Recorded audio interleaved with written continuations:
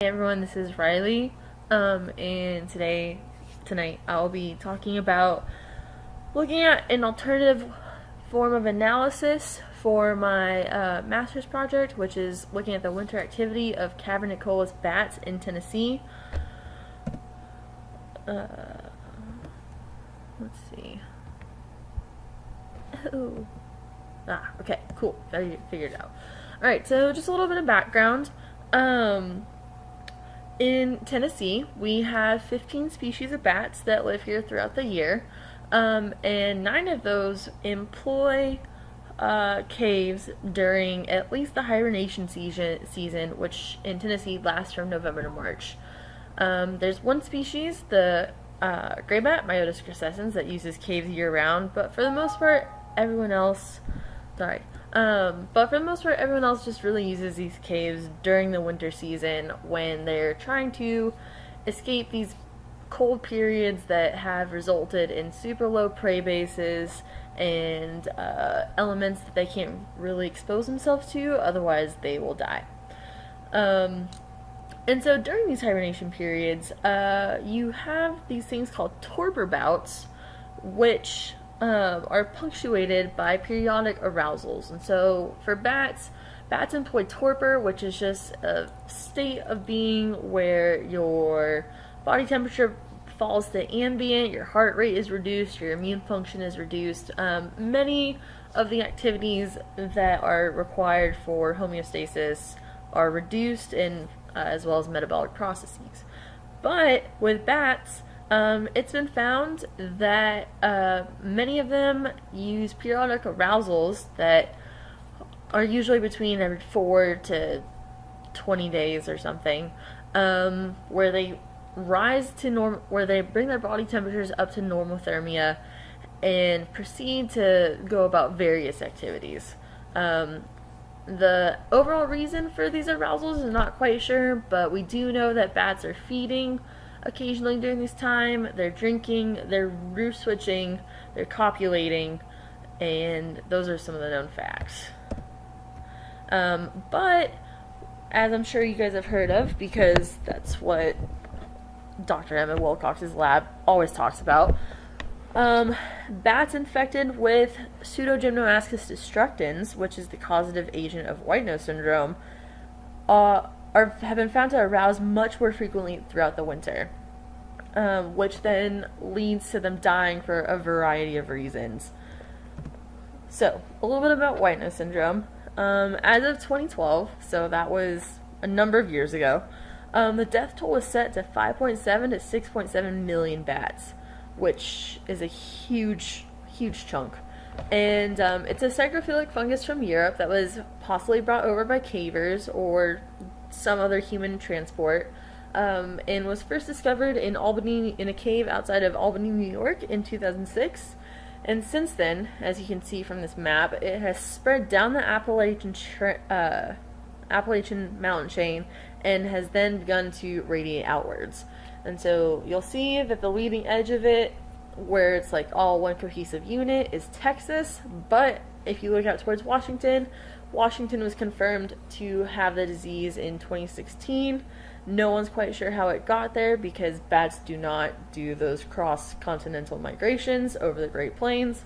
And since then, there have been only a few bats found with the disease, but the caves in the west are much different from the east, so it's very hard to track what all is happening. But due to white nose syndrome, we are possibly going to be facing regional extinctions of our cavernicolous bats because these are the guys that are super affected by the disease and that are dying at such prolific numbers. So white nose syndrome affects bats during the winter, and while we thought we knew what was happening during the winter because of studies done in different parts of the U.S., what we're starting to realize is that bats in the Northeast do not necessarily act like those in the Southeast. And so, as I mentioned earlier, during arousals, there's various activities that have been noted, but there's been very little studies done on them. So you have your drinking, you have feeding, you have copulating and roost switching, which are all known and have been observed by bats in the wild. But we don't really know, like, is one of those a principal cause over the other? Is one of them just a byproduct of more important one? We don't really know. But what we do know is that bats in the southeast, at least those that have been found in Tennessee, are arousing during winter despite their PD status, which this was kind of a novel concept when it was first published because people always just assumed that when bats go into hibernation, they don't come out. They stay there and they stay until spring comes around. But Dr. Riley Bernard, who did her PhD here at UT, found that over 50% of the bats that she caught emerging from caves in the winter were PD negative. And so that kind of lends us to think, like, why are they emerging? And also, could that affect how the bats down here will respond to white nose syndrome versus those in the northeast where they have been annihilated and where they have found there that only healthy bats will remain in caves all winter, but the sick bats are the ones that are coming out onto the landscape unnecessarily and dying out on the landscape or coming back to the cave and dying there. And so for this project, we wanted to focus on 4 focal species because these are bats that we have historically been able to catch, but also 2 of which, the tricolored bat, Perrymyotis flavus, and the Indiana bat, Myotis sedalis, have been found to have super high rates of susceptibility to PD infection. These guys are actually possibly facing regional extinctions. The tricolored bat has had population declines at some of their historical hibernacula of 90 to 98%, and the Indiana bat, the largest hibernacula in Tennessee, which once upon a time held over 10,000 individuals, has fallen by 80%. Actually, over 80%. And so we've seen, and our catch rates do corroborate with those findings. But on the other end of the spectrum, you have the eastern small-footed bat, Myotis lebii, and the gray bat, Myotis recessans, that have not been found to be as susceptible to PD infection and have not seen any of the massive die-offs that have been found to occur with the Indiana and the tricolored bats. And we're not quite sure why, because tricolored bats and eastern small-footed bats are like relatively the same size, have some of the same roosting preferences. They both roost solitarily. Tricolored bats do prefer areas that have a super high humidity. Eastern small-footed bats do roost in very thermally unstable environments. In comparison, Indiana bats and gray bats form these huge hibernation clusters of almost, in one cave you'll have anywhere between 200,000 or 20,000 and 1 million bats in a cave that form these thick mats that can be 5 or 6 bat layers deep. And you'll have Indiana bats that also do form huge hibernation clusters, but not to the degree that the gray bats do. And they're both also a little bit larger. Indiana bats usually clock in around 7 grams, and gray bats are usually between 9 and 13 grams. And so our research objectives specifically for this study were to look at torpor and arousal and winter emergence patterns and behavior among our target species, and specifically looking at frequency and length of arousal bouts and the duration and timing of these emergence events from cave hibernacula. And also a little bit for the study, we will be looking at PD status to compare to those frequency, to those arousal and emergence patterns. So for our methods, we worked at 4 different caves in Middle and East Tennessee. For this study particularly, we will focus on 3 caves in East Tennessee, 1 on private property in Campbell County, 1 on Kyles Ford WMA in Hawkins County, and another in Great Smoky Mountains National Park, which is in Blount County. For data collection, how we chose to pursue our objectives was to begin mist netting outside of caves in Tennessee from September to April. During September and October, which is known as fall swarming, this is when bats are gathering at these caves and swarming around them and mating and getting ready for hibernation. So they're active, they're feeding, they're mating, they're doing lots of things, but the most important part is that they're super active at the cave entrances. And so during September and October, we will mist net super exhaustively multiple times a week to implant as many PIT tags, which are passive integrated transponders, into bats that we then use to look at emergence behavior across the entire winter and not just when we're mist netting. Additionally, for the PD aspect of this study, we will be swabbing bats that we capture outside of caves from November to March to look at their PD status, which has been found to be an important factor in winter emergence in other parts of the country. For the bulk of where most of our data comes from are these PIT tag antenna systems, which you can see in this picture. My technician Keith is posing nicely in front of a cave gate that has a PIT tag antenna system attached to the inside of it. When the PIT tags come into contact with this antenna system, they become excited and they send a pulse out that the antenna then reads and stores in a data logger that I will be collecting data from every 2 weeks. And so, due to this design, we can only show that these bats are being active at cave entrances, but we cannot tell if they're exiting or entering the cave, which is a bit of a bummer, but that is how science goes. For statistical analysis, so the purpose of this webinar was to look at alternative methods of analysis. So I will be using non-parametric and parametric analysis using a paired t-test as well as the Mann-Whitney-Wilcoxon test. So what did we find? We gathered usable data over 79.2% of winter nights. So of the 668 nights of winter hibernation, 529 of those were counted as usable data nights, meaning that the PIT tag reader functioned for at least 2+ hours after sunset. Because of the nature of those PIT tag readers, they're very energy intensive, and while we did have large car batteries supplying power to them, as well as solar panels that would try to re-up that power source, because of weather, because of it's in the winter, and because of how remote some of these sites are, we could not keep on top of when these systems would die. So that is how it is. During these so as you can see, I have 18,096 activity files from November 9th of 2016 to March 21st, and November 8th of 2017 to March 21st. These dates I have picked specifically because on November 9th and November 8th is when we saw the temperatures drop and stay low, which is kind of how the literature defines the beginning of the hibernation season, is when you have multiple nights of repeated temperatures below 0 degrees. And then I chose March 21st as the first day of spring / the end of hibernation. It's more of an arbitrary date than the beginning of hibernation because it's a little bit harder to pinpoint when that transition is, but March 21st is the official start of spring, so that's what we're using for now.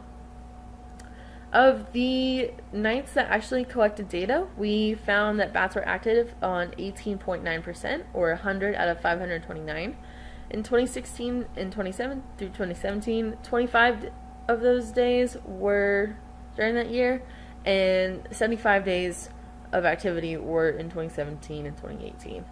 And another important note to make for bat activity is that it's very reliant on temperature, and temperatures of active nights were 6.6 C to 23.5 C. 133 out of the 1,386 bats that received PIT tags during this study were active during the hibernation season. March was found to be the busiest month by far, with 51.8% of individuals detected. And only Myotis libii, we used the paired t-test, students paired t-test, and the Mann-Whitney-Wilcoxon test, and found that only Myotis libii had a statistically different emergence frequency regime when compared to the other cave-roosting bats, and that species was a significant predictor in emergence frequency and length. 75% of active bats were detected once a night, meaning that we had one blip of activity from them that night, but then they were not observed throughout were not observed the rest of the night. Many of these bats were detected multiple times throughout hibernation, which is fine, but that was not really something that we were focusing on for this quite yet. 25% of those bats, though, that were detected during hibernation season were detected multiple times a night, which just kind of signifies that these bats were either entering or leaving the hibernacula, hanging out either inside or outside the cave for an extended period of time, and then were thus picked up again at the cave, either entering or exiting. These bats had anywhere between 1 to 10 activity events during hibernation, and events ranged from 11.5 minutes to 6 hours and 39 minutes. And we had a cutoff for, we did not want to include any emergence event that was under 10 minutes because that is most likely not foraging or not anything that we're interested in, so we ruled that out as extraneous and not important. And then anything over 12 hours is not considered a night, and so that was our upper limit. For this as well, using the paired t-test and the Mann-Whitney-Wilcoxon test, species was found to be a significant indicator of emergence frequency or length. So, why is this all important? What does this all mean? Why did we spend 2 years putting all this effort in? Well, first of all, this is the first study that actually successfully covers almost 80% of hibernation nights, which is super impressive. Obviously, it was a lot of manpower to do this study, but we have a decent coverage of the entire hibernation. Previously, studies that have looked at winter activity have been looking at snapshots, because oftentimes they're using mist netting or acoustic surveys, and with acoustic surveys, you can have 100 files from the same bat, but that's only one active bat. And with mist netting, you're usually cherry picking the nights that are warm enough that you actually might catch bats, and so you don't really get a good focus, you don't get a good feel for what's happening throughout the majority of hibernation. Additionally, this is the first study to show that Myotis libii, the eastern small-footed bats, were actually super active, which is not something that anyone really expected to see or knew to even look for. We had 72 tagged individuals of Myotis libii, and each month, between 6% and 72.7% of those 70 individuals were detected each month, which that is pretty high. That's very high. And so, what could this mean? Could their excessive activity and possibly their foraging, which, those extra added energy reserves, could that be helping them cope with white nose syndrome and PD infections? That's kind of what we were hoping to find with this study, is to look to see what kind of differences in these basic behaviors may we observe that could possibly contribute to our understanding of how these bats are susceptible to white nose syndrome. But conversely, so while Myotis libii is one of the smallest body species of bats that we have here in Tennessee, Perimyotis flavus, the tricolored bat, is equally small and also had decently high activity levels, but not nearly as high as Myotis libii.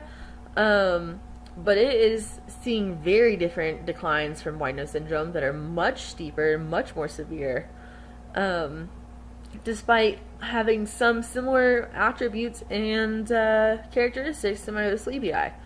And so, this kind of honestly just leaves us with more questions, like what are these differences between them and Myotis libii that lead them to be so much more susceptible to PD or to white nose syndrome than the eastern small-footed bats? So that was super cool.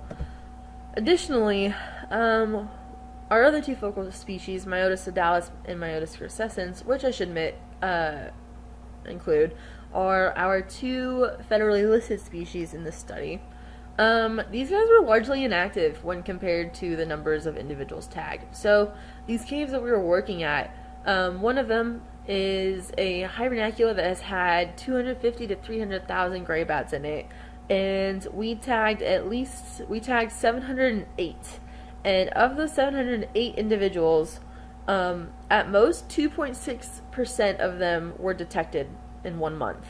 Myotis sedalis, not quite those numbers. We only pit tagged 348 individuals, I believe, and yes, at most 2.6% of those individuals that were tagged were ever detected during the winter hibernation season, which is super different from what we're seeing with the Myotis libii, the eastern small-footed bats, and the tricolored bats, Perimyotis flavus.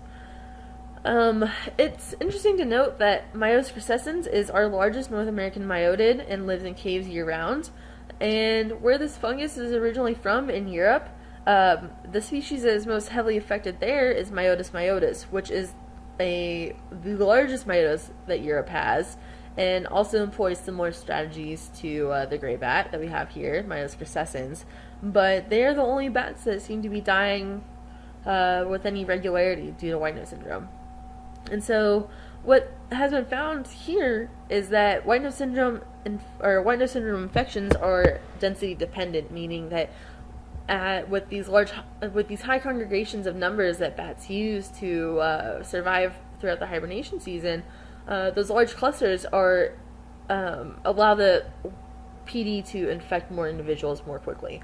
But with gray bats, which have the largest congregations of all the bats, we are not seeing that effect. So that's kind of there's an interesting wrench into the understanding of white nose syndrome. Additionally, our capture rates throughout winter for gray bats kind of corroborates the fact that these guys are active, we do have decent capture rates throughout winter for them, but that's also because we are working in a cave where there's over 250,000 individuals. One last note is that the Indiana bat was not observed in mist nets or on the pit tag reader during November to January. So what this means is that we saw them, we were capturing them until late October, early November on the pit tag reader, and then all activity ceased until mid-February. Which that is not a trend that was observed by a previous study done by Riley Bernard. She was able to capture bats throughout the hibernation season, especially Indiana bats, and only did we start to see these large drop-offs in mist netting efforts when the population at these caves crashed. So, what we know from this study is that bats are arousing out of torpor and summer foraging. That is a side project we have going on. That is not the focus of this, but it's interesting to note. And so, what kind of energy sources are available to these bats? Is that why is this why they're arousing? Is to forage to get at those extra energy reserves? And could that help with overwinter survivorship? With these arousal events, so other studies have found that when these animals arouse to normothermia, the immune system starts to kick into gear and starts to function. So when this immune system function starts to increase, could that be enough for certain species to fight off PD infections? We're not quite sure, but it's something that needs to be investigated because it could have a very potentially significant effect on white nose syndrome susceptibility. So what are the implications for this? Why is this important? Why do we care? Well, first of all, no one's done this before. This is one of the most intensive winter activity studies to date, which is pretty cool to be a part of. But more importantly, it has the potential to help us identify how species are expending energy in winter and look for significant differences amongst and within species that could help us attribute varying rates of susceptibility to PD, which, if we can figure out what those traits are, we may be able to influence hibernation strategies or, afford more protections, or maybe influence affects how like caves function, not caves function, how the microclimate of caves are. There's a number of things that we could do if we had more information that helped us figure out like why certain species are dying at way higher rates than others. So that's the meat of this project, and while it's probably just going to create more questions than it answers, at least we're on the right track to figuring out why certain species are being decimated by white nose syndrome and others seem to be fine. So, here are my references. Here are my acknowledgements. This was a major effort, so thank you everyone.